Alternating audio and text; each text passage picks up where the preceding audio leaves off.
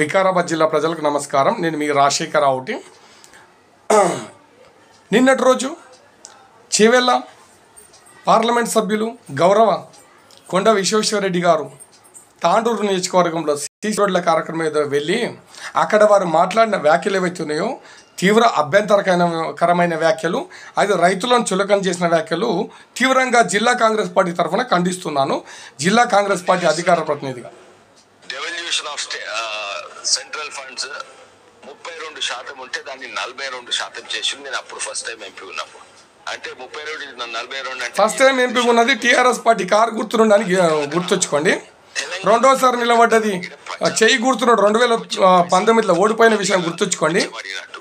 ఇస్తున్నారు అక్కడి నుంచి, కానీ ఇక్కడికి వచ్చేమో ఒకసారి సార్ మాటలు తినండి. ఎవరు అడిగినా వాళ్ళ ప్రశ్నలకు జవాబు కూడా ఎంతనో రాసుకుంటారు. అయితే ఇవన్నిటిని బట్టి అన్నిట్లో ఎక్కువ పైసలు కేంద్రం నుంచి వచ్చేది అన్నిట్లో ఎక్కువ తెలంగాణకు వస్తున్నాయి. మనం 100 రూపాయలు పంపిస్తే డెవల్యూషన్ ఆఫ్ 42 రూపాయలు మనకు పంపిస్తున్నారు. 32% ఉంటే దాన్ని 42% చాలా గొప్ప పని. ఫస్ట్ టైం ఎంపీ అంటే 32 42 అంటే 25% పెంచారు. అదే కాక తెలంగాణకు ప్రత్యేకంగా ఇక్కడ ప్రచారం, అక్కడికి వచ్చేమో పైసలు అడుగుతుంటాం, మా దగ్గర బిచ్చం అడిగినట్టు అక్కడి నుంచి మనం బిచ్చం అడుగుతున్నామంట. తెలంగాణ ప్రభుత్వం వెళ్ళి ఏమి చేస్తారు చేసేటివన్నీ మేము పేర్లు పెట్టుకునేది, మేము ఇంద్రమ్మ పేరు పెట్టుకునేది అంతే తప్ప ఏం చేస్తలేరు. ఉదాహరణంగా ఈ రోజు తెలంగాణలో రైతు బతుకుతుందంటే కేంద్ర ప్రభుత్వం వల్లనే. ఎందుకంటే వీళ్ళు ఎన్నో వాగ్దానాలు చేసిండ్రు, 6 గ్యారెంటీలు, ఈ గ్యారెంటీలు, అవి.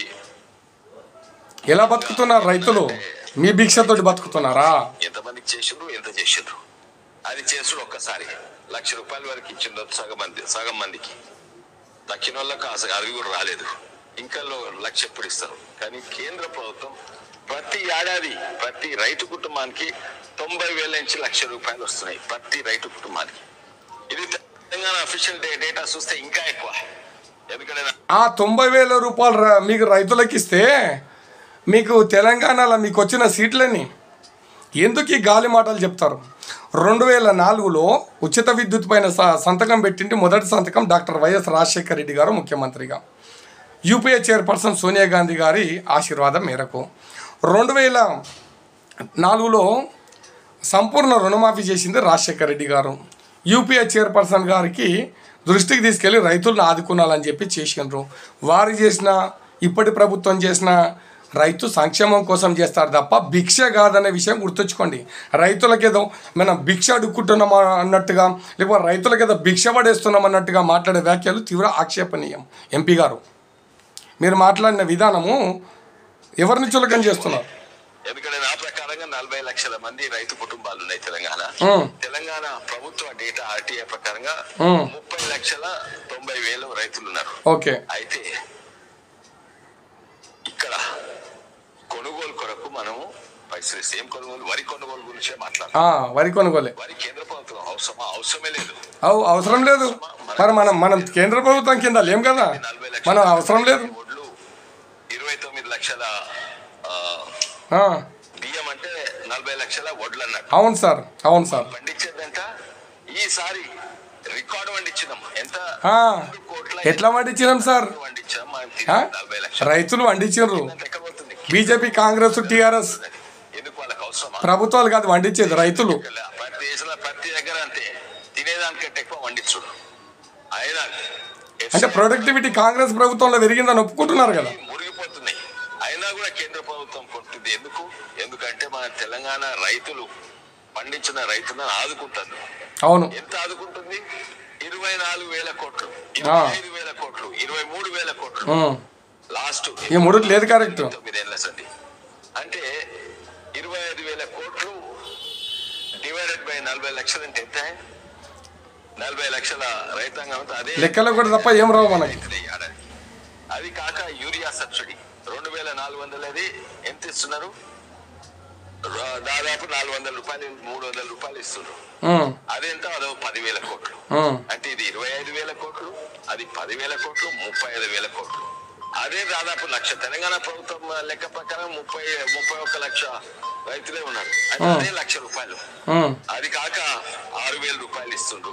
అది కాక ఎన్నో సబ్సిడీలు, సబ్సిడీ ఇవన్నీ 2,000, 1,000 అంతిస్తే దాదాపు ప్రతి ఏడాది పరిపాలించే కేంద్ర ప్రభుత్వం ఏదైనా కూడా అవే చేస్తారు సార్. కాంగ్రెస్ అయినా బీజేపీ అయినా కాదు, అంతటి ఇస్తుండ్రు కానీ కొంచెం ఇస్తుండ్రు.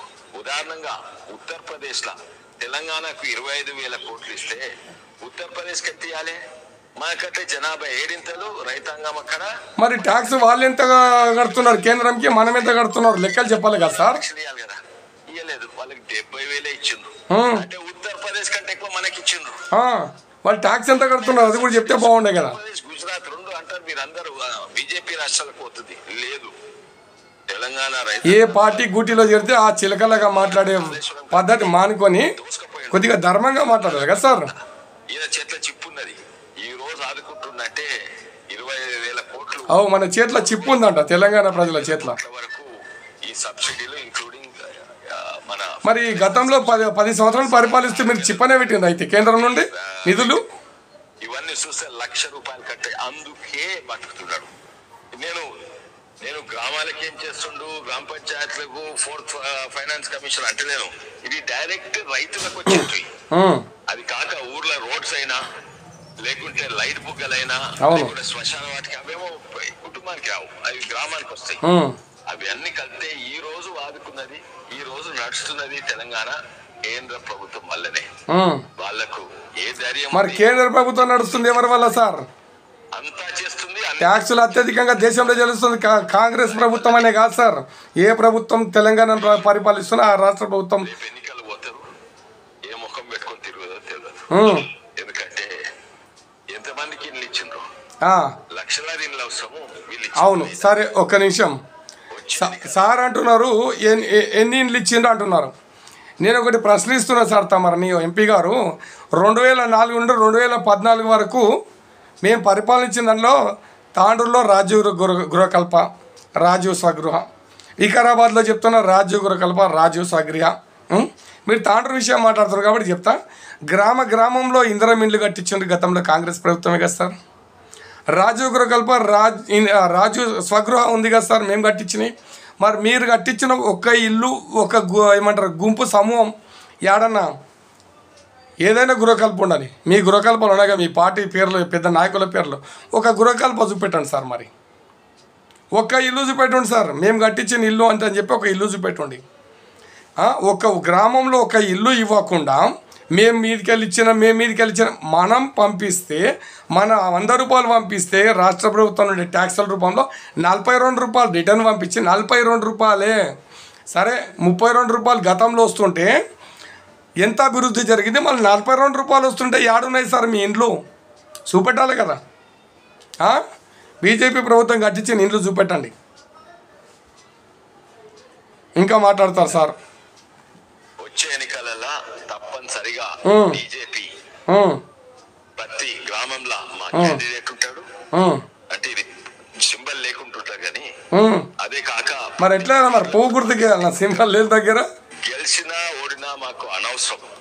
మా క్యాండిడేట్ అయితే ప్రతి గ్రామంలో అంటే మీరు ఓడిపోతారని ముందే నిర్ణయించుకున్నారు. గెలిచినా ఓడినా అనవసరం అంటే ఏమన్నట్లా మేము గట్టిగా కొట్లాడతాం. ఎందుకంటే వాళ్ళనైతే బొందనే పెట్టేసింది ఆ టీఆర్ఎస్ ను. చూస్తున్నారు కదా, ఆ కాళేశ్వరం స్కామ్ పోయి ఇప్పుడు ఫోన్ల స్కామ్లు, ఫార్ములా స్కామ్లు, ఎన్నో స్కామ్లు ఉన్నాయి. అయితే మీతో కలిసిపోతే సర్ఫెక్సల్ కదా sir, Ariel Surf Excel washing powder Nirma అవుతారు కదా ఎవరు వచ్చినా. ఏదో పొత్తున్నట్టున్నది. అందుకే ఎన్నో స్కామ్లు బయట పెట్టినా కూడా 1.5 అయింది. ఇప్పటి వరకు ఒక్కరిని జైలు వేసే దమ్ము లేదా, ఉద్దేశం లేదా నాకు తెలియదు. మరి ఈటెల రాజేందర్ నాకు అడుగుండి మొన్న ఇచ్చారు కదా వాంగ్మూలం వెళ్ళి కాంగ్రెస్ అండ్ టిఆర్ఎస్ కు కమిటీ ముందు నాకు తెలియదు. ఎందుకంటే వాళ్ళ దగ్గర డబ్బులు బాగున్నాయి. డబ్బులు బాగుంటే ఎవరినైనా కొనేవచ్చు. ఎవరు టిఆర్ఎస్ దగ్గర. ఓహో అవునా? ఎందుకు అరెస్ట్ చేస్తలేరు ఇప్పటి వరకు? దేంట్లో అరెస్ట్ చేయాలి? కాళేశ్వరంలో అరెస్ట్ చేయలేదు, ఎలక్ట్రిసిటీ స్కామ్ లో అరెస్ట్. అడగండి మరి మీ ఈటల రాజేందర్ సార్ ఆర్థిక మంత్రి ఉండే అప్పుడు చెప్పిండు కదా, మొన్న పోయి కమిటీ ముందు భయాన్ని ఇచ్చిండ్రు కదా, అడుగుండి సార్ చెప్తారు. కాంగ్రెస్ అండ్ టిఆర్ఎస్ ఎలక్షన్లో చూద్దాము. ఈసారి అయితే మేము గట్టిగా పోరాడతాము, ప్రతి దగ్గర పోరాడతాము. వద్దంటలేదు కదా సార్, ప్రజాస్వామ్యంలో మీరు పోరాడొచ్చు. వాళ్ళు కాంగ్రెస్ చూసిండ్రు, ఇంతకు ముందు అన్ని పార్టీలు చూసిండ్రు. బీజేపీ మీద నమ్మకం ఉంది, మోడీ గారి మీద నమ్మకం ఉంది. వచ్చే ఎన్నికలలో మేము కూడా, మా దగ్గర కూడా ఎన్నో లోపాలు ఉన్నాయి, అవన్నీ మేము కలిసి సరిదిద్దుకుంటున్నాము. అండ్ సగం సరిదిద్దుకున్నాం. ఇంకా వచ్చే నెలలో మేము కూడా ఒక పొలిటికల్ పార్టీ, వేరే పొలిటికల్ పార్టీ సిద్ధాంతం బేస్డ్ పార్టీ కాదు. ఓన్లీ వాళ్ళ సిద్ధాంతం ఏంది, ఎలక్షన్ పోరాడాలి, ఎలక్షన్ గెలవాలి, అధికారంలో వచ్చినాక దోసుకోవాలి. మాదేమో సిద్ధాంతం బేస్డ్ పార్టీ. అందుకే మాకు కొంచెం మెల్లగా పోతాం ముంగటి. ఇంకోటి మాకు ఎలక్షన్స్ ఓరియంటెడ్ పార్టీ కాదు. ఇప్పుడు బీజేపీ వికారాబాద్ లో ఎలక్షన్ ఓరియంటెడ్ పార్టీగా మార్చుతున్నాం మేము. ప్రతి ఒక్కరు ప్రతి ఊర్లో 10 వార్డు మెంబర్లు సర్పంచ్ క్యాండిడేట్ ఉంటారు. అంటే ప్రజా ఓరియంటెడ్ కాదు, ఎలక్షన్ ఓరియంటెడ్. అంతే. ఎంపీటీసీ, జెడ్పీటీసీ, ఎమ్మెల్యేలు మాక్సిమం మాకు వస్తాయి. వచ్చే ప్రభుత్వము 200% బీజేపీ. ప్రజల నమ్మకము బీజేపీ మీద. రాజా సింగ్ పోవడం నాకు ప్రత్యేక. సరే, మీరు వ్యక్తిగతంగా మీరు మీ పార్టీ కోసం పొగడడంలో తప్పులేదు. మీరు ఏ పార్టీలు ఉంటే ఆ పార్టీని పొగడొచ్చు, పొగుడుతాం. కానీ ముఖ్యంగా కేంద్ర ప్రభుత్వం వల్లనే రైతు బతుకుతున్నా అంటే కేంద్ర ప్రభుత్వం వల్లనే. అంటే రైతులు పంట పండిస్తేనే మనం అంతా బతుకుతున్నామన్న విషయం గుర్తుంచుకోవాలి. గౌరవ ఎంపీ గారు, మీరంటే చాలా అపారమైన గౌరవం. ఎందుకంటే గతంలో మీకోసం కాంగ్రెస్ పార్టీ నుండి చేయి గుర్తుకు ఓటేయండి మా సార్ కానీ 2019లో మీకోసం చాలా కష్టపడ్డాం సార్. అది గుర్తుంచుకొని తమరు ఆ విషయం గుర్తుంచుకొని పోటోకో పార్టీలో ఉండండి. అది మీ నేచర్. ఏమంటారు, ఏ చిలక ఏ పంజరంలోకి వెళ్తే ఆ పంజరం మాట్లాడండి. మీరంటే అపారమైన గౌరవం. కానీ మీరు సాగునీటి ప్రాజెక్టులకు తట్టెడు మట్టి ఎత్తేయడానికి రూపాయి తీసుకురాని గతంలో అసమర్థత మీ పరిపాలన. 2014 నుండి 19 వరకు టీఆర్ఎస్ పార్టీ కారు గుర్తు ఎంపీగా గెలిచి మీరు చేసింది శూన్యం. చెప్పండి, ఏ ప్రాజెక్టు కట్టినరు? ఒక్క ప్రాజెక్ట్ పేరు చెప్పండి. మేము కట్టిన ప్రాజెక్టులలో మట్టెత్తిన విషయం చెప్పండి. కనీసం జేకా నిధులు కానీ లేకుంటే మిషన్ కాకతీయ నిధులు అని చెప్పేసి టీఆర్ఎస్ ప్రభుత్వంలో ఏదో చెరువుల పొడికి తీతన దాని నుండి కానీ ₹1 నిధులు తీసుకురాలేదని అప్పటి గౌరవ శాసనసభ్యులు, ఇప్పుడు మాజీ శాసనసభ్యులు పైలట్ రోహిత్ రెడ్డి గారు అసెంబ్లీ సాక్షిగానే చెప్పడం జరిగింది. అప్పటి మీ ప్రియ శిష్యులు. అలాగే 4 లైన్ రోడ్డు అప్ప నుండి మన్నగూడ వరకు ఇంతవరకు అప్పుడు ఎంపీగా ఉన్నారు 5 ఏళ్ళు, 14 నుండి 19 వరకు. ఇప్పుడు దాదాపు 7 వరకు వచ్చింది కదా ఎంపీగా గెలిచి. మరి ఎక్కడున్నారు సార్ అప్ప 4 లైన్ల రోడ్డు? ఆ రోడ్డు గురించి మాట్లాడాను సార్ ఒకసారి. మేము బీజాపూర్ హైవే పెద్ద రోడ్డు చేసింది మా ప్రభుత్వమే. అప్పుడు రామ్మోహన్ రెడ్డి గారు జిల్లా అధ్యక్షులు ఉన్నారు. అప్పటి నుండి వారు ఎమ్మెల్యేగా ఉండి ప్రభుత్వంలో లేకున్నా 2014 నుండి 19 వరకు ఎన్నో కేంద్ర ప్రభుత్వం దృష్టికి తీసుకుపోయి, సరే బీజేపీ ప్రభుత్వం ఉన్నా కూడా మంత్రుల దృష్టికి తీసుకుపోయి కృష్ణా రైల్వే లైన్ కోసం కానీ బీజాపూర్ హైవే గురించి కానీ చాలా విషయాలు వాళ్ళు పాలమూరు రంగారెడ్డి గురించి కానీ చాలా పనుల విషయంలో ఎక్కడ ఏమంటారు విభేదాలు పెట్టుకోకుండా వెళ్ళి పనులు ముందుకు సాగించిండ్రు. మీరు తీసుకొచ్చి చేసిన ₹1 నిధులు మాకు చూపట్టండి. కేంద్ర జలవనరుల శాఖ కిందకి పోయినప్పుడు కోట్పల్లి ప్రాజెక్ట్ ఏదైతుందో దానికి ₹1 నిధులు తీసుకొచ్చిన పాపాన ఓని పాలకులు మీరని తెలియజేస్తూ దయచేసి సవినయంగా చెప్తున్నా సార్. కాంగ్రెస్ ఏం చేసిందని చెప్పొద్దు సార్. ఊరూరుకొతే ఇందిరామిన్లు కాంగ్రెస్వే సార్, రాజీవ్ గృహకల్పలు కాంగ్రెస్వే సార్, రాజీవ్ స్వగృహ కాంగ్రెస్వే సార్. కానీ మేము చెప్తున్నాం సార్, మా ఇండ్లకి వెళ్ళి మా తాతలు ఇచ్చిన ఆస్తులు అమ్మి ఇవన్నీ డెవలప్ చేయలేదు సార్. ప్రజల నుండి వచ్చిన సొమ్ము ఏదైతుందో ట్యాక్సుల రూపంలో ఆ ట్యాక్సులతోటే ఇంత అభివృద్ధి చేసినాం. సరే 100కు ₹32 గతంలో వచ్చినాయి అన్నారు కదా, ఆ ₹32 వస్తేనే ఇంత అభివృద్ధి చేస్తే ₹42 తెచ్చిన మీరెంత అభివృద్ధి చేయాలి? మరి ఎన్ని ప్రాజెక్టులు కట్టినరు, ఎన్ని ఫ్యాక్టరీలు పెట్టినరు, ఎన్ని చెరువులు తవ్వినరు? ఒక్క విషయం బయట చెప్పాలని చెప్పి తెలియజేస్తూ దయచేసి మీరు విఘ్నులు, పెద్దలు, మీరు సహృదయులు, మీరు ఇలాంటి వ్యాఖ్యలు రైతుల విషయంలో కానీ మీకు ఏదైతే సీట్ ఇచ్చి కాంగ్రెస్ పార్టీ నుండి ఎంపీ టికెట్ ఇచ్చి 2019లో మీకు నిలబెట్టి మేము మీకోసం ప్రయత్నం చేసిన మేము కార్యకర్తలం సార్. కానీ దయచేసి తప్పుగా తూలో నడకండి సార్. మీలాంటి పెద్దలు సమాజానికి ఏం మెసేజ్ ఇవ్వాలనుకున్నారో అది పని రూపం లేదండి సార్. మాటలు లెక్కలు ఇవన్నీ ఏళ్ళ మీద లెక్క పెట్టే లెక్కలు వద్దు సార్. దాన్ని దయచేసి తెలియజేస్తూ ముగిస్తున్నాను.